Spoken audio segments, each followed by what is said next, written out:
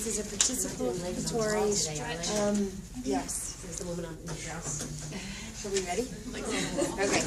So today I've talked a little bit about posture before. I was going to tap on it again for you guys. So the last time I did it, I talked about standing on both legs at the same time instead of shifting your body weight and perpetually standing on one leg or the other. And then today what I want to talk about is both your standing upper body posture and then as well as your seated posture, kind of envisioning yourselves at a computer. So if you are standing or sitting at a computer or sitting at your table and you've all had children, or if you have had children, or you just spent hours at a computer, there's this tendency to like do this. You're sitting and you're here, or you're here. And you may spend hours there and not really even notice that you're there.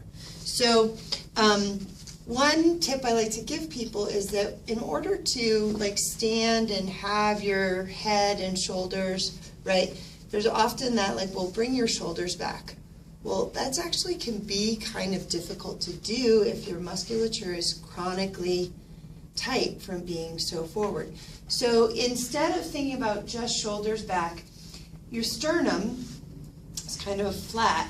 And if you think about lifting your sternum up so that the bottom of your sternum is pointing at the floor, not pointing at your tailbone, that automatically puts your head back and puts your shoulders back. And then if you want to think about, well, if your shoulders are still forward, then you might think about actively working to bring them back. But it's still an uphill battle with that.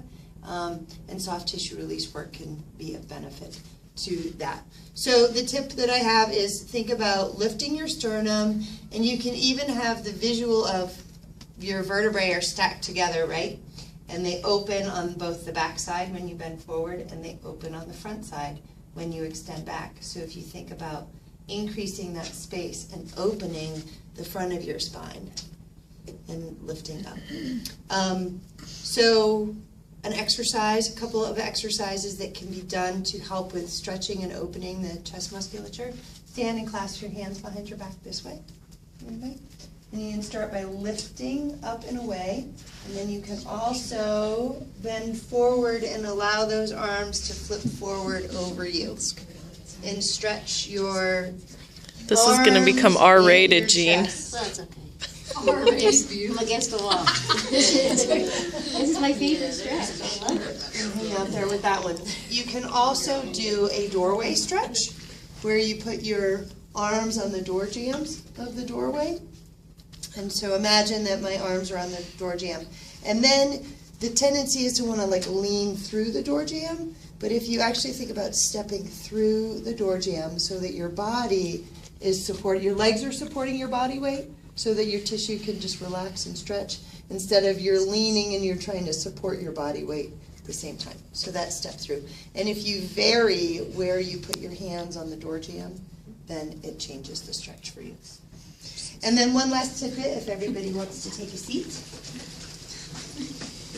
and pretend that you're at your computer. So I have some people that get such terrible computer posture and they have like completely 100% no awareness of their posture when they're working, that I will actually troubleshoot for them, like how are we going to get you to start paying attention to that and notice that your posture isn't good. So the most extreme one that I've come up with is like hanging an object from the ceiling that hangs on a string and comes down, so that when you lean forward, you actually knock into it, and that you're like, oh, hi. Which seems extreme. What's that? What do you tell your customers why that's? Well, it could be on the pulley. You can pull This it up. particular individual had a home office, so they were doing bookkeeping in a home office, you know. But they're like this, really closed and really forward. So, but no, you can't exactly do that. Because I find myself doing that more with the baby than I do with the computer. Like Sure. I hold the baby and I'm like, Right there. So I meant to bring the foam roller today to do one other thing. But just, you might set a timer, have a little timer, like that just goes off repeatedly. And initially, that timer might go off every 5 minutes. Oh yeah, I'm reminding myself about my posture to sit up. Tell your kids. I actually talked about it with my kids, and now my kids at dinner, they're like, "Hey, good posture." Yeah. Sit up, right? Because there's just this, like, you get this bad table posture, all those postures, all those places where, you know, and what it leads to is the walker.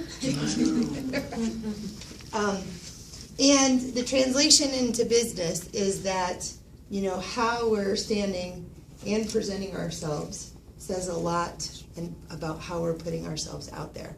So if we're really closed and we're folded over from chronically bad posture, that actually doesn't allow us to really transmit ourselves out to people in a good way.